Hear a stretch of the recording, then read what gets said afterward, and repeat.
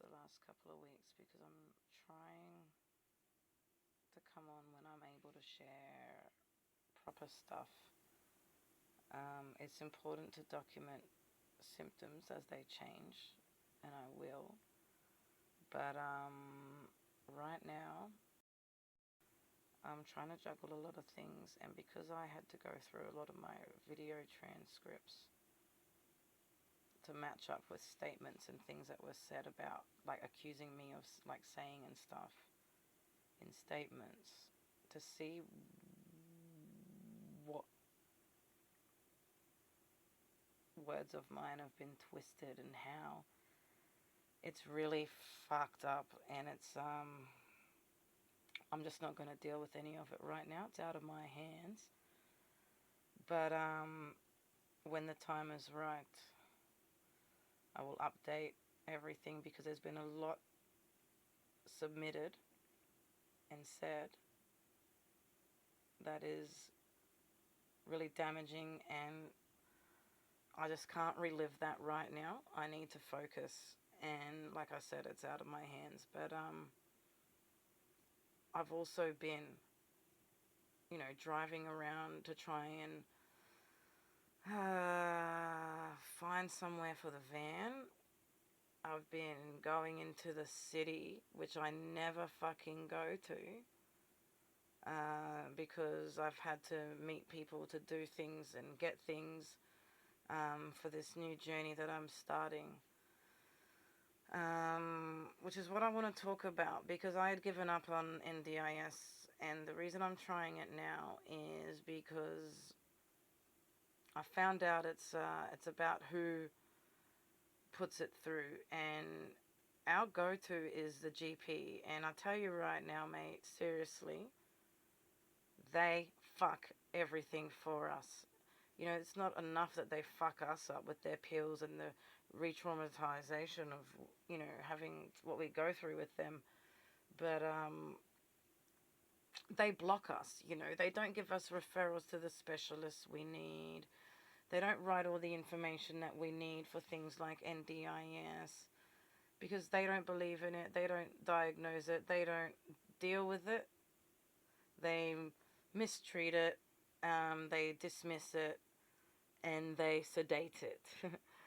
So them being our first go-to, and the ones who navigate all the documentation for such things like disability pension and NDIS, it's why it's so fucking hard to get on there. But I'm telling you right now, if you have CPTSD, that means you've been diagnosed. So you've either got a therapist or you've had one, right?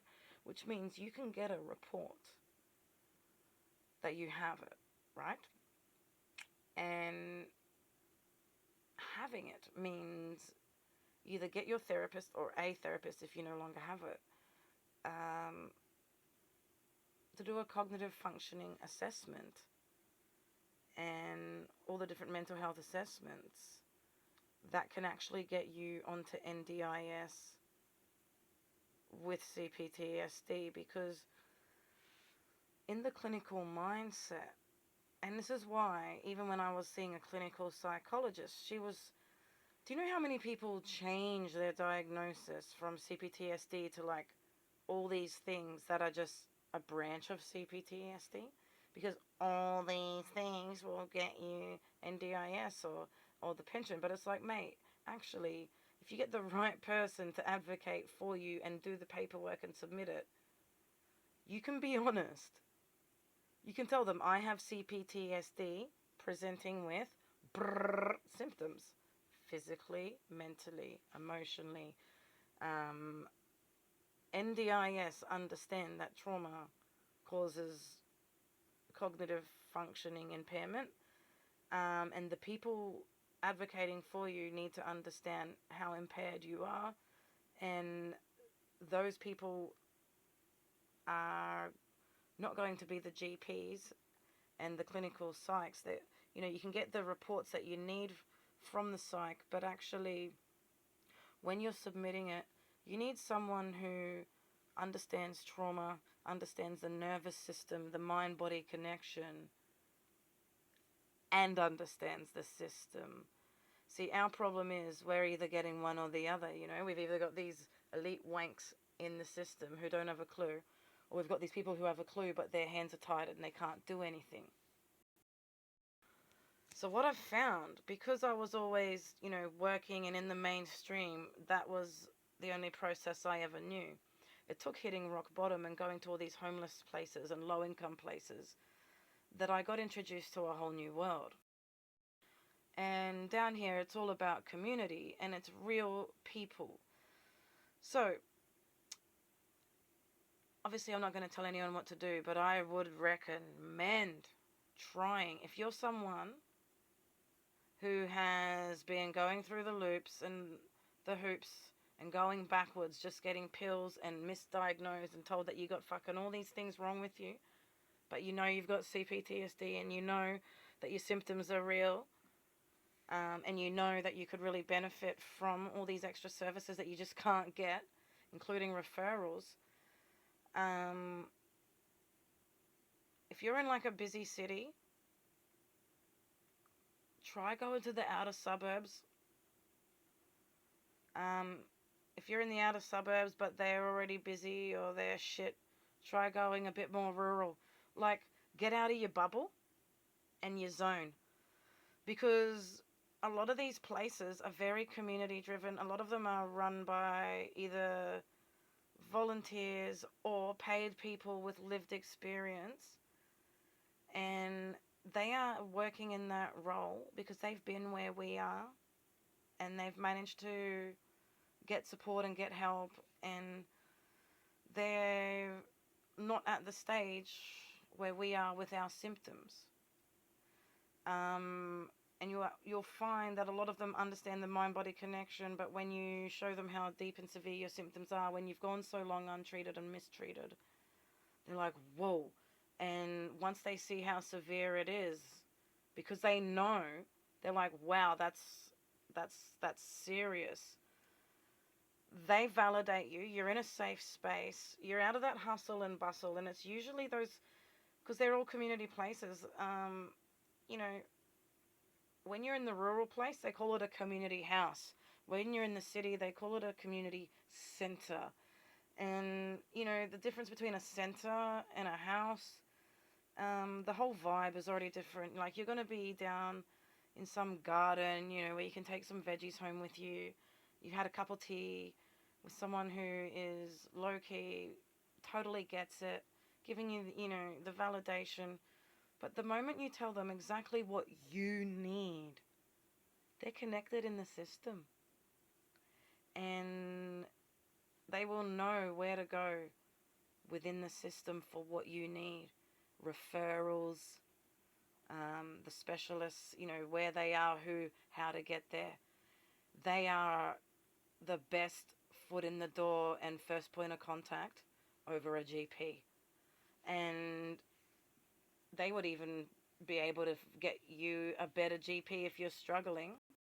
If you're struggling and you don't like your GP and you're in that beep, next, they might even help you find a better GP more suitable to what you need as well. The first point of contact we have is the most important. And if you're in that hustle and bustle, mainstream, clinical, that's going to be a rejection, a dismissal, and send you through all these hoops for nothing that go nowhere, make you worse. You need someone who has lived it and come through is on the other side and is in a role because they care. So they're the best people to have in the system. So it took hitting rock bottom to find those people, and I'm suggesting and hoping that people can find such connections before they hit rock bottom, because I want to remind you that just a few years ago, I was working.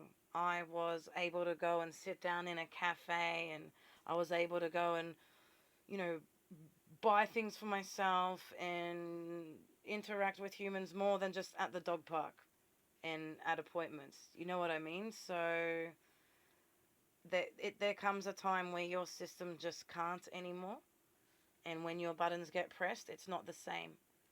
You won't be able to always cope the way you are right now, and it's so important that you get connected to the right people. I personally don't want to be alive, and I have a lot of reasons, but I also have a reason to be alive, and that is I've got 4 pets who I love more than anything. 4 pets who I know would suffer greatly if I just suddenly disappeared. The trauma that they would go through, the starvation, the worry, and then all the bullshit when people come gallivanting in and they get tossed around and then shoved in fucking cages and stuff. Like, what they would go through is enough for me to go, I'm still here. And as long as I'm still here, I'm going to keep getting up and trying to figure out how the fuck I stop burning. And the only way I can do that is with treatment. I need a neurologist. I can't get that through a GP, but through these community centres and organisations, if you've got a Mission Australia, a Red Cross, or a city something or other, where you are, that's going to be a better place to start for referrals and connections within the system than your local GP.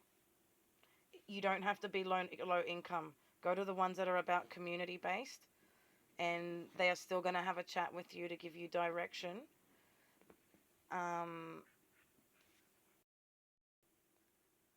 Because while it's all good and well to have my peace in the trees, I don't really have it because I'm in survival. It's not like I'm living off grid, self-sufficient with everything I need. I'm fucked out here, and it makes it even harder because what I have to go through just to get things.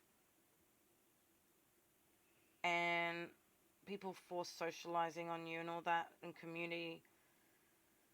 You have to have it how you need it, and it is important to have the connection. If you do want a quality of life, you need community, you need connection.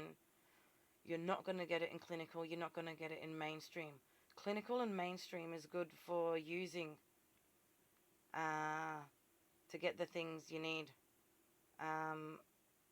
done, but you don't trust them with your life. You basically use them to get the documentation for the people who can help you. And we don't get taken seriously. We need someone to help us advocate. And that's where these places, these community places come in. They don't just hand out food packages and help people on low income. They are there to help people without a voice get what they need in our broken system. So I urge you, if you are in a decent community already, reach out to one of those places. If you're in one of those busy places, Melbourne, Sydney, Brisbane, and it's all hustle and bustle, get out to the suburbs. Take a breath. Get out of the and get out to where people will sit and have a cup of tea with you, not just beep you through. And that's going to be the difference. But seriously, if you can find one of those places, nearly everyone working there has lived experience, and there's always some sort of person working there with a trauma background and psychology counseling background, and you are just going to have balls rolling in such a different direction. I've never seen anything like it, and it took rock bottom to get that knowledge. So I don't want you to get to rock bottom or to be permanently burning every day like I am. If you can go out and find that type of person in your area.